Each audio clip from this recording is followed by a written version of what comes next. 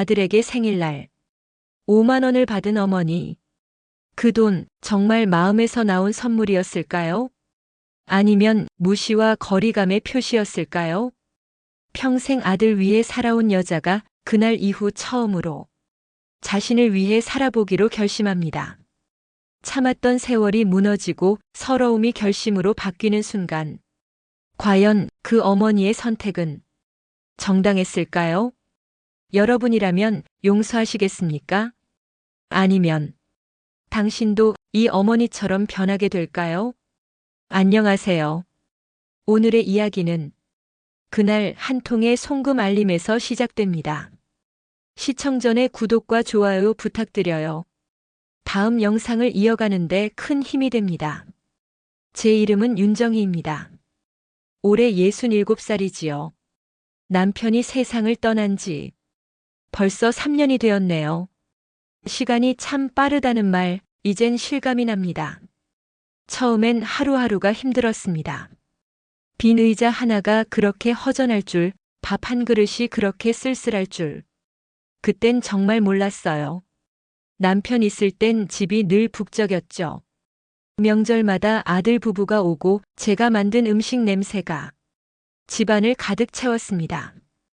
이젠 너무 조용합니다. 냉장고 돌아가는 소리만 들리고 창밖에선 매미 소리가 쓸쓸하게 울려 퍼집니다. 며칠 전 달력을 넘기다 빨간 동그라미 하나를 봤어요. 제 생일이더군요. 작년엔 남편이 떠난 지 얼마 안 돼. 그냥 조용히 넘어갔습니다. 국수 한 그릇 끓여 먹고 남편 사진 앞에 향만 올렸죠. 하지만 올해는 달랐어요. 이젠 조금은 견딜만 하고 혼자보다 누군가와 함께 있고 싶었습니다. 그래서 용기를 냈습니다. 아들에게 전화를 걸었어요. 지훈아, 잘 지내지? 네, 엄마. 무슨 일이세요?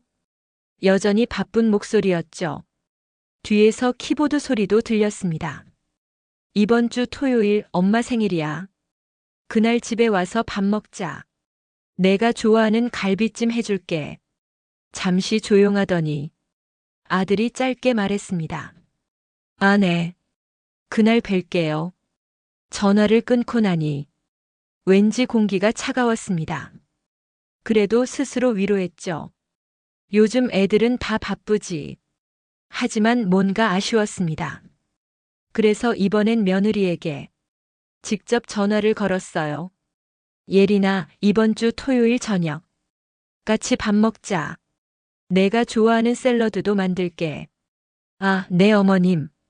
일정 확인해 보고요. 공손했지만 딱 거기까지였습니다. 전화를 끊고 거실로 나왔습니다. 커튼 사이 햇살이 따뜻했지만 왠지 그 빛이 외로웠습니다. 식탁 위 남편 사진이 저를 바라보는 듯 했어요. 여보, 이번엔 다 같이 모여서 밥 먹을 수 있겠죠? 혼잣말을 내뱉었습니다. 그날 밤 잠이 오지 않았습니다. 천장을 바라보다가 결국 불을 켰어요. 냉장고 문을 열고 속을 들여다봤습니다. 비어있는 칸을 보며 생각했죠. 이번엔 정성껏 차려야지. 수첩을 꺼내 장을 볼 목록을 적었습니다. 갈비, 미나리, 표고버섯, 과일. 하나하나 적으며 마음이 설렜습니다. 새벽 공기가 유난히 차가웠지만 저는 오랜만에 기분 좋은 기대감에 젖어들었습니다. 이번 생일만큼은 혼자이지 않을 거라 믿었어요. 아들이 약속했으니까요. 며느리도 분명 올 거라고. 그렇게 다짐하며 불을 끄고 누웠습니다. 그런데 신기하게도 잠은 끝내 오지 않더군요. 남편의 목소리가 어디선가 들리는 듯 했습니다. 정희야, 가족은 함께 밥 먹는 거야. 그 한마디가 밤새 제 마음을 맴돌았습니다. 그래서 저는 속으로 말했죠. 이번엔 꼭 함께 먹을 거야. 그때는 몰랐습니다. 그 약속이 내 인생을 바꿔놓을 줄은요.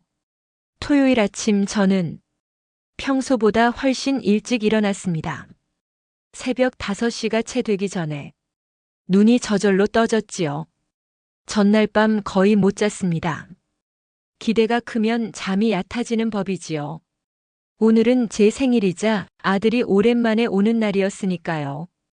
커튼을 걷자 여름 햇살이 창문 틈으로 들어왔습니다. 공기가 조금 습했지만 그조차 기분 좋게 느껴졌습니다. 저는 앞치마를 두르고 부엌불을 켰습니다. 먼저 갈비를 손질했습니다. 핏물을 빼고 양념을 재워두며 아들의 입맛을 떠올렸습니다. 지훈이는 반찬을 좋아했지. 혼잣말하며 숟가락으로 간을 봤습니다. 간장, 설탕, 배즙, 마늘, 생강, 참기름. 손끝이 분주했습니다. 잡채를 삶고 시금치를 데치고 당근은 곱게 채를 썰었습니다. 부엌에는 김이 가득 찼습니다. 냄비 속 끓는 소리가 마치 심장처럼 뛰고 있었습니다. 10시쯤 되었을 때 이웃 순자 씨가 찾아왔습니다. 정혜 씨, 아침부터 분주하네. 오늘 내 생일이야. 지훈이랑 예린이가 오기로 했어. 오, 드디어 오나 봐. 요즘 젊은 사람들 부모 생일 챙기기 힘들다던데. 저는 웃으며 말했습니다. 그래도 약속했어요. 오늘만큼은 꼭 같이 밥 먹기로. 순자 씨는 제 얼굴을 보더니 조용히 말했지요. 정혜 씨, 너무 기대는 하지 마라. 그 말이 마음에 남았습니다. 점심 무렵 부엌엔 향이 가득했습니다. 갈비찜이 윤이 나고 잡채는 반짝반짝 빛났습니다. 식탁보를 새로 깔고 접시를 정갈히 놓았습니다. 남편이 생전에 쓰던 하얀 자수 식탁보였어요. 그 위에 장미 한 송이를 올리고 하얀 그릇을 반듯하게 맞췄습니다. 이 정도면 손님 맞을 준비 끝. 혼잣말을 하며 거실을 한 바퀴 돌았습니다. 그 순간 가슴이 두근거렸습니다. 시계를 보니 3시 반. 조금 이른 시간이지만 혹시 일찍 올지도 모르니 밥을 미리 해두었습니다. 해가 기울어가고 있었습니다. 창문으로 들어오는 빛이 점점 붉게 변했습니다. 하지만 연락은 없었습니다. 5시, 6시. 시간이 흘러도 아무 소식이 없었습니다. 핸드폰을 들었다 놨다 하다가 결국 전화를 걸었습니다. 지훈아, 지금 어디야? 엄마 잠깐만요. 웅성거리는 소리가 들렸습니다. 멀리서 비행기 안내방송이 희미하게 섞여 들려왔습니다. 엄마, 죄송해요. 저 지금 싱가포르 공항이에요. 공항? 무슨 공항이야? 장모님 생신이라 급하게 해외여행 오게 됐어요. 3박 4일 일정이라 이번 주말엔 못 뵐 것 같아요. 그 말을 듣는 순간 머릿속이 하얘졌습니다. 해외여행이라고? 내 생일은 기억 안 났니? 제 목소리가 떨렸습니다. 아, 그게 예린이 어머니가 갑자기 날짜를 잡으셔서요. 엄마 생신은 다음 주인 줄 알았어요. 아들의 말이 희미하게 들렸습니다. 사람들 말소리, 안내방송, 웃음소리. 모든 소리가 뒤엉켜 들렸습니다. 그래, 알았다. 그 말만 하고 전화를 끊었습니다. 손끝이 떨렸습니다. 식탁 위 음식들이 아직 따뜻했지만 그 따뜻함이 저를 조롱하는 것 같았습니다. 생신은 다음 주인 줄 알았다. 그 말이 계속 맴돌았습니다. 달력에 표시해 두었는데 그걸 직접 말했는데도 그날 밤 저는 식탁 앞에서 한참을 앉아 있었습니다. 음식 냄새가 점점 식고 공기가 싸늘해졌습니다. 남편 사진이 저를 바라보는 것 같았습니다. 정희야, 사람은 말이야, 기대할수록 더 다치는 법이야. 그 목소리가 귓가에 울렸습니다. 하지만 저는 여전히 그 기대를 놓지 못했습니다. 오늘만큼은 다를 줄 알았거든요. 오늘만큼은 정말 함께할 줄 알았습니다. 창밖에는 비행기 불빛이 멀리 지나갔습니다. 어쩐지 그 불빛이 유난히 멀게 느껴졌습니다. 그날 밤 저는 처음으로 음식을 덮지 않고 두었습니다. 혹시나 내일이라도 온다면 식은 갈비라도 먹일 수 있게요. 그 마음이 참 어리석다는 걸 알면서도 손이 도무지 움직이지 않았습니다. 전화를 끊고 난 그날 밤 저는 한참 동안 가만히 앉아 있었습니다. 식탁 위의 음식들은 이미 김이 다 빠져 있었습니다. 갈비찜 위에 반짝이던 윤기도 잡채의 따뜻한 향도 이제는 차갑게 굳어 있었습니다. 싱가포르라니 그 말이 머릿속에서 떠나지 않았습니다. 제가 생일이라고 며칠 전부터 직접 말했는데도 그걸 잊을 수 있을까요? 전화기 너머로 들리던 공항 방송 소리가 아직도 귓가를 때렸습니다. 다음 비행편 탑승을 시작합니다. 그 말이 제 마음을 찢어 놓았습니다. 밤이 깊어지자 창밖엔 불빛 하나 없는 어둠이 깔렸습니다. 저는 그 어둠을 보며 생각했습니다. 이제 나를 기억하는 사람은 세상에 아무도 없구나. 그렇게 한참을 앉아 있다가 침대로 향했습니다. 몸은 피곤했지만 눈은 감기지 않았습니다. 한숨 섞인 새벽이 밝을 무렵 휴대폰이 띠링 소리를 냈습니다. 문자 알림이었습니다. 입금 알림. 5만 원. 송금자 박지훈. 처음엔 무슨 돈인지 몰랐습니다. 하지만 바로 다음에 카카오톡 알림이 떴습니다. 엄마 생신 축하드려요. 바쁘게 나와서 깜빡했네요. 용돈 5만 원 보냈어요. 친구분들이랑 점심이라도 드세요. 그 메시지를 보는 순간 손끝이 얼어붙었습니다. 5만 원? 그 금액이 눈앞에 아른거렸습니다. 식탁에 차려놓은 음식들, 하루 종일 손질한 재료들, 새벽부터 준비한 마음들.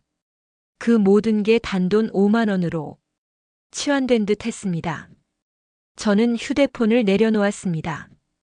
손에 힘이 풀려 바닥에 툭 떨어졌습니다. 그 소리가 유난히 크게 들렸습니다. 친구들이랑 점심을 먹으라고. 누가 제 생일을 저 대신 축하해 줄 수 있을까요?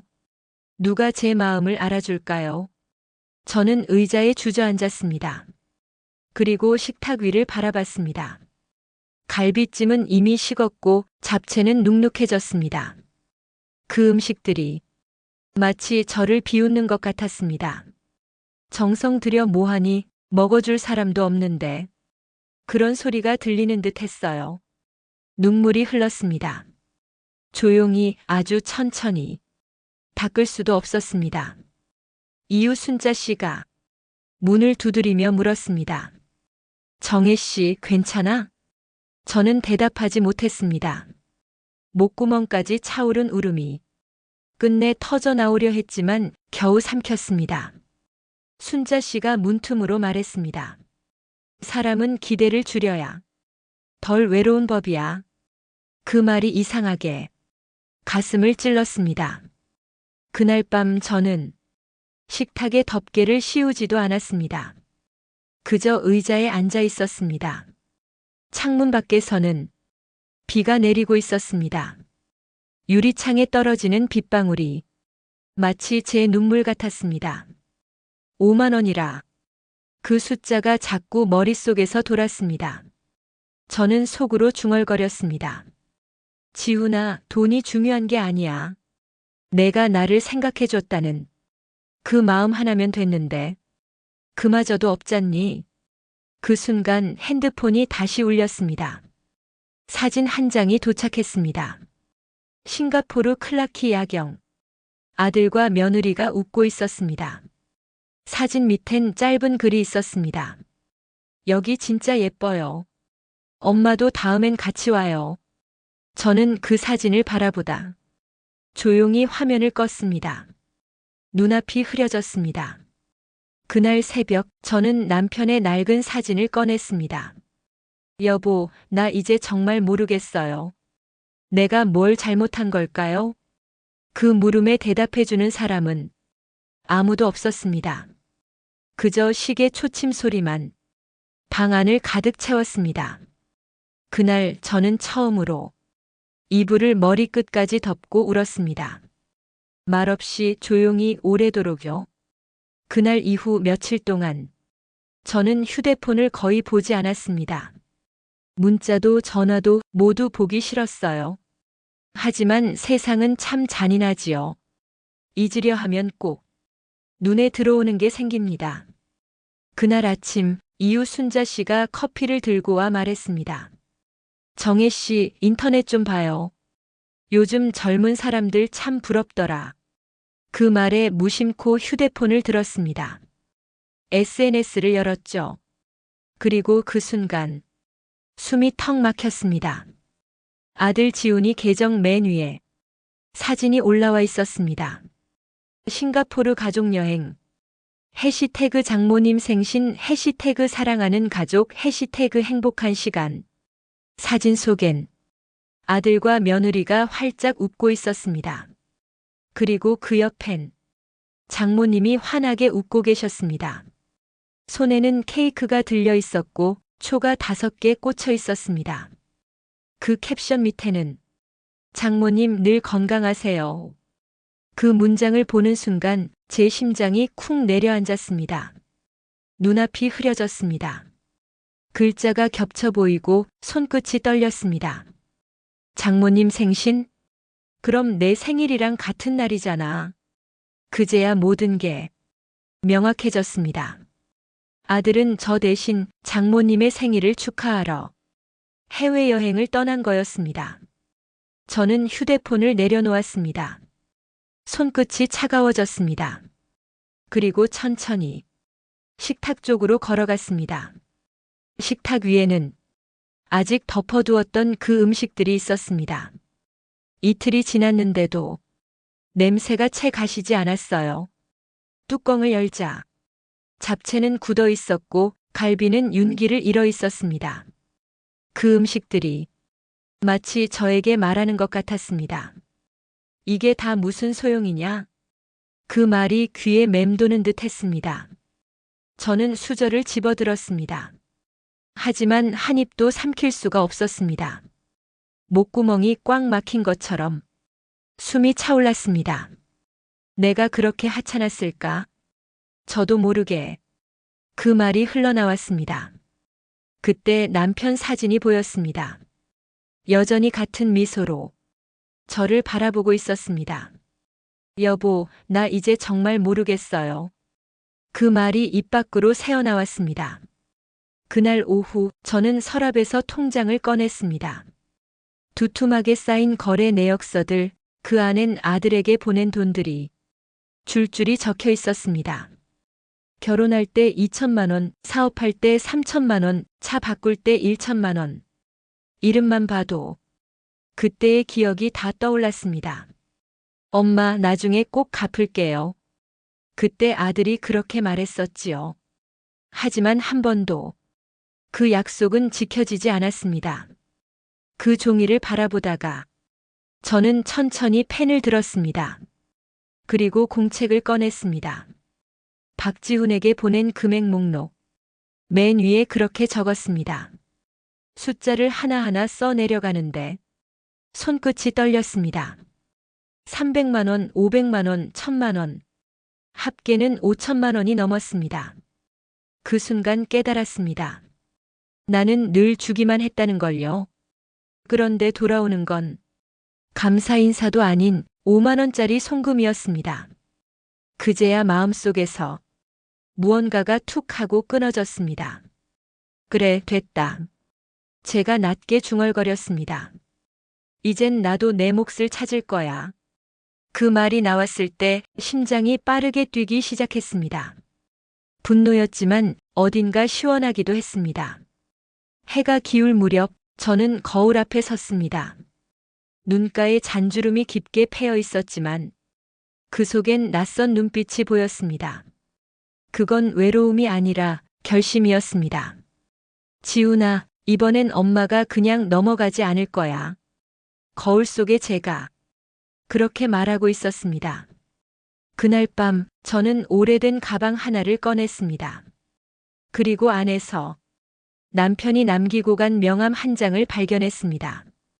법률사무소 박민호 변호사. 남편의 대학 동기였던 분이었죠. 그 순간 머릿속에 불이 켜졌습니다. 그래, 이제 나도 한 번쯤은 나를 지켜야지. 창밖으로 보이는 여름 밤하늘엔 별이 하나 반짝이고 있었습니다. 그 별을 보며 저는 생각했습니다. 이제 정말 달라질 거야. 그날 이후 제 인생은 조용히 그러나 분명히 달라지기 시작했습니다. 다음 날 아침 거울 속 제 얼굴은 낯설었습니다. 밤새 울었던 탓인지 눈이 퉁퉁 부어 있었습니다. 하지만 그 속엔 이상한 결심이 자리 잡고 있었습니다. 더는 당하고만 있지 않겠다는 마음, 그게 저를 일으켜 세웠습니다. 커튼을 열자 햇살이 눈부셨습니다. 그 빛이 유난히 따갑게 느껴졌습니다. 그래, 이제 시작이야. 저는 그렇게 중얼거렸습니다. 서랍에서 꺼낸 공책을 다시 펼쳤습니다. 아들에게 준 돈의 기록들이 또렷하게 적혀 있었습니다. 날짜, 금액, 그리고 계좌번호까지. 결혼자금 2천만 원, 사업 지원 3천만 원, 차 구입 도와준 돈 1천만 원, 합계 6천만 원이 넘었습니다. 그 옆엔 손으로 적은 메모가 있었습니다. 엄마, 나중에 꼭 갚을게요. 그 한 문장이 가시처럼 박혔습니다. 그래. 이젠 약속을 지켜야지. 저는 공책을 덮고 자리에서 일어났습니다. 그리고 남편이 남기고 간 명함 한 장을 꺼냈습니다. 법률사무소 박민호 변호사. 남편의 대학 동기였던 분이지요. 오랜 세월 지나 연락한 적은 없지만 그 이름이 문득 떠올랐습니다. 이젠 누군가 내 편이 돼줄 때야. 저는 옷을 갈아입고 핸드백을 챙겼습니다. 버스 창가에 앉으니 도시의 소음이 낯설게 느껴졌습니다. 예전엔 이런 풍경 속에서도 아들의 안부만 궁금했는데 이제는 제 인생이 먼저 떠올랐습니다. 법률사무소에 도착했을 때 안쪽 사무실에서 낯선 남자의 목소리가 들렸습니다. 들어오세요. 오랜만입니다. 그가 고개를 들며 미소를 지었습니다. 아, 윤정혜 씨 맞으시죠? 네, 남편 친구분이시라고 들었습니다. 그렇죠. 정호 씨 참 좋은 분이었어요. 그 한마디에 가슴이 순간 먹먹해졌습니다. 제가 어떻게 도와드리면 될까요? 그 물음에 저는 조심스럽게 공책을 꺼냈습니다. 이게 제가 아들에게 그동안 도와준 돈이에요. 그는 한 장씩 넘겨보았습니다. 금액이 꽤 컸습니다. 혹시 이 돈 증여가 아니라 빌려준 거라고 볼 수 있을까요? 그 물음에 저는 망설였습니다. 빌려줬다고 해야 하나? 그땐 그냥 도와준다고 했지만 아들이 분명 나중에 갚을게요라고 문자로 보냈어요. 그가 고개를 끄덕였습니다. 그 문자가 남아있다면 법적으로 충분히 효력이 있습니다. 그 말에 저는 놀랐습니다. 정말요? 물론입니다. 그 메시지와 송금 내역이 있다면 소송 가능합니다. 제 심장이 빠르게 뛰었습니다. 그럼 그 돈을 다시 돌려받을 수 있다는 건가요? 가능성이 높습니다. 증거만 충분하다면요. 저는 한동안 말을 잇지 못했습니다. 기쁨보다는 복잡한 감정이 밀려왔습니다. 이런 일까지 해야 하나 싶었지만 동시에 마음 한구석이 시원했습니다.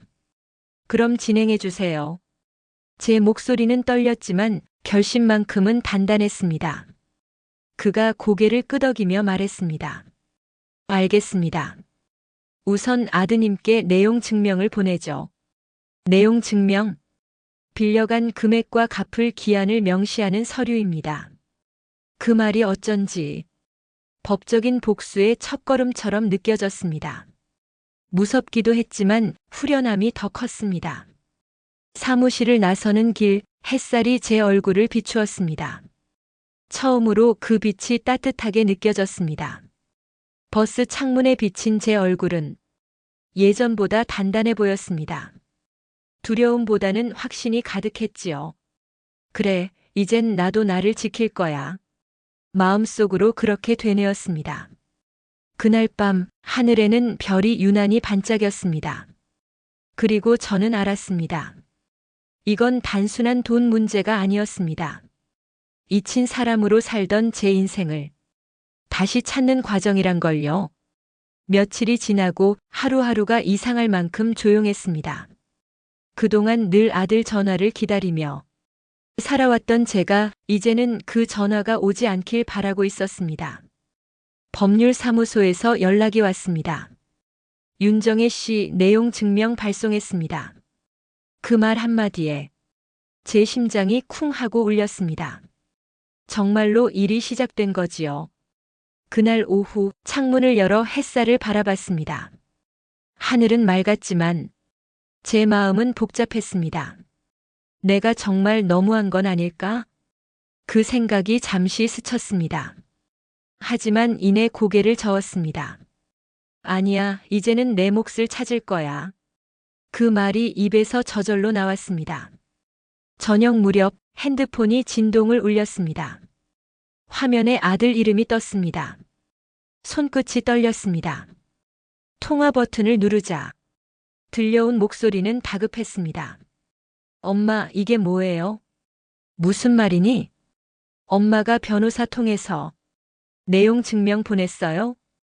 그게 뭐예요, 대체?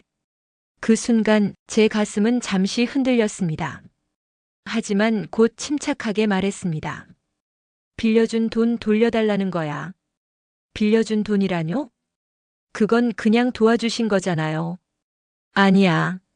내가 문자를 보냈지. 나중에 꼭 갚을게요. 그 말 기억 안 나니? 아들이 잠시 말을 잇지 못했습니다. 그리고 한참 뒤 조심스레 말했죠. 엄마, 그건 그냥 형식적으로 한 말이에요. 엄마가 그런 걸 진담으로 들으면. 그 말을 듣는 순간 제 속에서 무언가 터져 나왔습니다. 진담이든 아니든 상관없어. 넌 내 마음을 이용했잖아. 나를 늘 괜찮은 사람으로 여겼던 거지. 목소리가 떨렸습니다.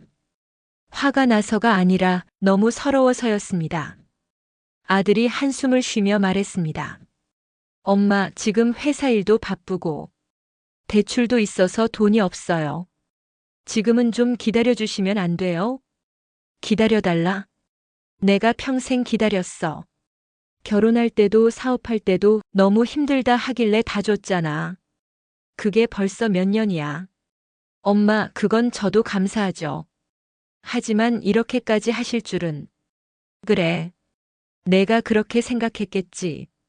엄마는 절대 그럴 사람 아니라고. 통화 중 아들의 목소리가 낮아졌습니다. 엄마, 솔직히 돈보다 가족이 더 중요한 거 아니에요? 그 말이 귀에 꽂혔습니다. 가족? 가족이라면 나를 이렇게 잊지는 않았겠지. 생일날 장모님 해외여행 가면서 5만 원 던져주듯 보내는 게 그게 가족이야? 잠시 정적이 흘렀습니다. 아들이 아무 말도 하지 않았습니다. 그리고 낮은 목소리로 말했습니다. 엄마, 미안해요. 제가 잘못했어요. 근데 제발 소송은 취하해 주세요. 싫어. 이번엔 끝까지 갈 거야. 제 목소리가 단호해졌습니다. 엄마, 진심이세요? 그래, 진심이야. 엄마는 내가 돈을 갚는 걸 원하는 게 아니야. 그냥 이제 나도 무시당하고 싶지 않아서 그래. 그 말이 끝나자 아들은 아무 대답도 하지 않았습니다. 잠시 숨소리만 들리다가 뚝 전화가 끊겼습니다. 통화가 끝나자 손이 덜덜 떨렸습니다. 눈물이 고이려 했지만 이번엔 울지 않았습니다. 이제 됐어. 저는 조용히 중얼거렸습니다. 마음속에서 무언가가 천천히 풀리는 기분이었습니다. 며칠 후 변호사에게서 다시 연락이 왔습니다. 아드님 측에서 연락이 왔습니다. 일주일 안에 갚겠다고 합니다. 그 말을 듣는 순간 가슴이 먹먹했습니다. 정말 갚을까? 아니면 또 거짓말일까? 의심과 기대가 뒤섞였습니다. 밤이 깊어질 무렵 창밖을 보았습니다. 아파트 불빛들이 반짝였지만 제 집만큼은 고요했습니다. 그래, 이제는 괜찮아. 혼잣말처럼 내뱉었습니다. 이번엔 진심으로 그랬습니다. 내가 두려운 건 돈이 아니라 내가 또다시 잊히는 일이었으니까요. 일주일이 지났습니다. 그동안 전화 한 통 없이 세상이 조용했습니다. 마음 한쪽이 평온했고 다른 한쪽은 불안했습니다. 정말 갚을까? 아니면 또 미루겠지? 그 생각이 아침마다 제 머릿속을 맴돌았습니다. 그날 오후 부엌에서 차를 끓이던 순간이었습니다. 휴대폰이 띠링하고 울렸습니다. 입금 알림이었습니다. 입금 5천만 원. 송금자 박지훈. 손이 덜덜 떨렸습니다. 눈앞의 글자가 믿기지 않았습니다. 5천만 원? 입술이 저절로 열렸습니다. 그 순간 전화가 울렸습니다. 화면에는 지훈이라는 이름이 떴습니다. 한참을 망설이다 통화 버튼을 눌렀습니다. 엄마, 돈 입금했어요. 확인하셨어요? 아들의 목소리는 지쳐 있었습니다. 응, 확인했다. 짧게 대답했지만 가슴이 복잡하게 뛰었습니다. 엄마, 그 돈 대출받아서 냈어요. 저랑 예린이 둘 다. 정말 힘들었어요. 그 말에 잠시 말문이 막혔습니다. 그래서 제 목소리는 차가웠습니다. 그건 내가 빌린 돈이잖아. 알아요, 알죠. 그런데 이렇게까지 하실 줄은 몰랐어요. 그 말이 가슴을 스쳤습니다. 이렇게까지? 내가 그동안 얼마나 참았는데 이제야 그 말을 하는구나. 지훈아, 엄마는 돈 때문이 아니야. 내가 나를 너무 가볍게 봤잖니. 아들이 숨을 내쉬었습니다. 엄마, 죄송해요. 정말 죄송해요. 그 말 속에는 후회가 묻어 있었지만 그보다 더 많은 것은 피곤함이었습니다. 그동안 이 일로 그도 괴로웠을까요? 아니면 단지 귀찮았을까요? 엄마, 이 일은 그냥 잊어요. 저희도 이제 반성했으니까요. 그 말을 듣는 순간 저는 조용히 말했습니다. 그래, 내가 반성했다면 다행이다. 하지만 엄마는 이제 달라질 거야. 더는 아무도 나를 쉽게 보지 않게 할 거야. 아들이 아무 말도 못했습니다. 숨소리만 조용히 흘렀습니다. 엄마, 제가 너무 철없었어요. 그 말이 들려왔습니다.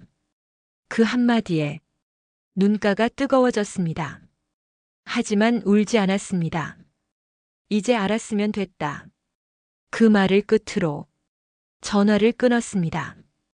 전화기를 내려놓자 방 안이 조용해졌습니다. 정적 속에서 제 심장이 천천히 진정됐습니다. 통장 화면을 다시 열었습니다. 5천만 원 입금 완료. 그 숫자가 이상하게도 차갑게 느껴졌습니다. 그건 승리의 표시였지만 행복의 표시 같진 않았습니다. 창문을 열자 노을이 붉게 번지고 있었습니다. 저녁 햇살이 거실을 가득 채웠습니다. 그 빛 속에서 저는 남편 사진을 바라봤습니다. 여보, 나 이제야 내 몫을 찾았어요. 사진 속 남편이 조용히 웃는 것 같았습니다. 그날 밤 거실 불을 끄고 앉았습니다. 손끝이 따뜻했습니다. 슬픔이 아니라 묘한 평온이 스며들었습니다. 그래, 잘했다, 정희야. 이번엔 울지 않았잖아. 눈을 감자 멀리서 들려오는 아들의 목소리가 살짝 스쳤습니다. 엄마, 미안해요. 그 말이 바람처럼 사라졌습니다. 그리고 그 바람 속에서 저는 처음으로 스스로를 안아주었습니다. 그 일이 있고 한 달이 흘렀습니다. 시간은 참 묘합니다. 분명 아무 일도 없는 것 같은데 그새 마음은 달라져 있었습니다. 요즘 저는 이웃 순자 씨와 함께 아침마다 동네 공원을 걷습니다. 공기 냄새가 달라졌습니다. 숨을 들이쉴 때마다 새로운 하루가 느껴집니다. 휴대폰이 울렸습니다. 화면엔 지훈이라는 이름이 떴습니다. 예전처럼 가슴이 덜컥 내려앉지 않았습니다. 그냥 조용히 통화 버튼을 눌렀습니다. 엄마, 저예요. 그래, 지훈아. 이번 주말에 집에 가도 될까요? 그래, 오너라. 토요일 오후 현관문 앞에서 벨이 울렸습니다. 문을 열자 아들과 며느리가 서 있었습니다. 예린이는 고개를 숙였고 지훈이는 조심스러운 눈빛이었습니다. 엄마, 죄송해요. 그 말 한마디에 수많은 기억들이 스쳐 지나갔습니다. 생일날 식지 않은 갈비찜, 5만 원 송금, 싱가포르 사진들까지. 그래, 들어와라. 목소리는 차분했지만 가슴속은 여전히 흔들렸습니다. 식탁 위엔 간단히 차린 차와 과일이 놓여 있었습니다. 아들은 눈을 피하며 말했습니다. 그날 이후 많이 생각했어요. 엄마가 왜 화가 났는지 이제야 알겠어요. 저는 조용히 그를 바라봤습니다. 엄마는 그냥 한 번쯤 마음을 알아주길 바랐어. 제 말에 아들이 고개를 숙였습니다. 죄송해요, 엄마. 그동안 제가 너무 바보였어요. 그 말이 참 이상했습니다. 서럽기도 하고 이제 와서 무슨 소용인가 싶기도 했습니다. 잠시 침묵이 흘렀습니다. 예린이가 눈물을 글썽이며 말했습니다. 어머님, 그때 저도 경솔했어요. 정말 죄송했어요. 그 순간 마음속에서 묵은 돌덩이가 조금은 내려가는 느낌이었습니다.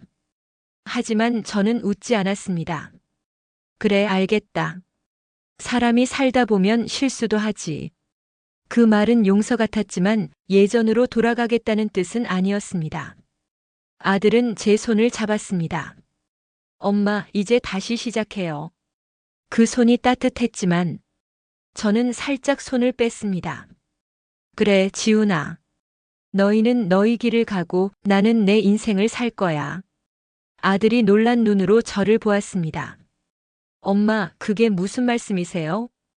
이제 엄마도 엄마 인생이 있어야지. 이제부턴 너희만 챙기지 않을 거야. 그 말에 아들은 아무 말도 하지 못했습니다. 그저 조용히 고개를 끄덕였지요. 그날 저녁 아들과 며느리는 돌아갔습니다. 현관문이 닫히자 집안이 다시 고요해졌습니다. 하지만 이번 고요함은 외로움이 아니라 평화였습니다. 창문을 열자 가을 바람이 살짝 불었습니다. 커튼이 흔들리고 노을이 붉게 번졌습니다. 남편의 사진 앞에 앉아 저는 조용히 말했습니다. 여보, 나 이제 괜찮아. 이제 정말 나답게 살 거야. 그 말을 하는 순간 가슴속이 후련했습니다. 남편이 미소 짓는 듯 보였습니다. 테이블 위엔 따뜻한 녹차 한 잔이 식고 있었습니다. 그 향이 참 부드럽게 느껴졌습니다. 저는 차를 한 모금 마셨습니다. 그리고 조용히 눈을 감았습니다. 그래, 정희야. 이제는 누구의 엄마로만 살지 말자. 너도 하나의 사람으로 살아가야지. 창밖에는 달빛이 흘렀습니다. 그 빛이 방 안가득 번졌습니다. 그날 밤 저는 오랜만에 아무 생각 없이 깊이 잠이 들었습니다.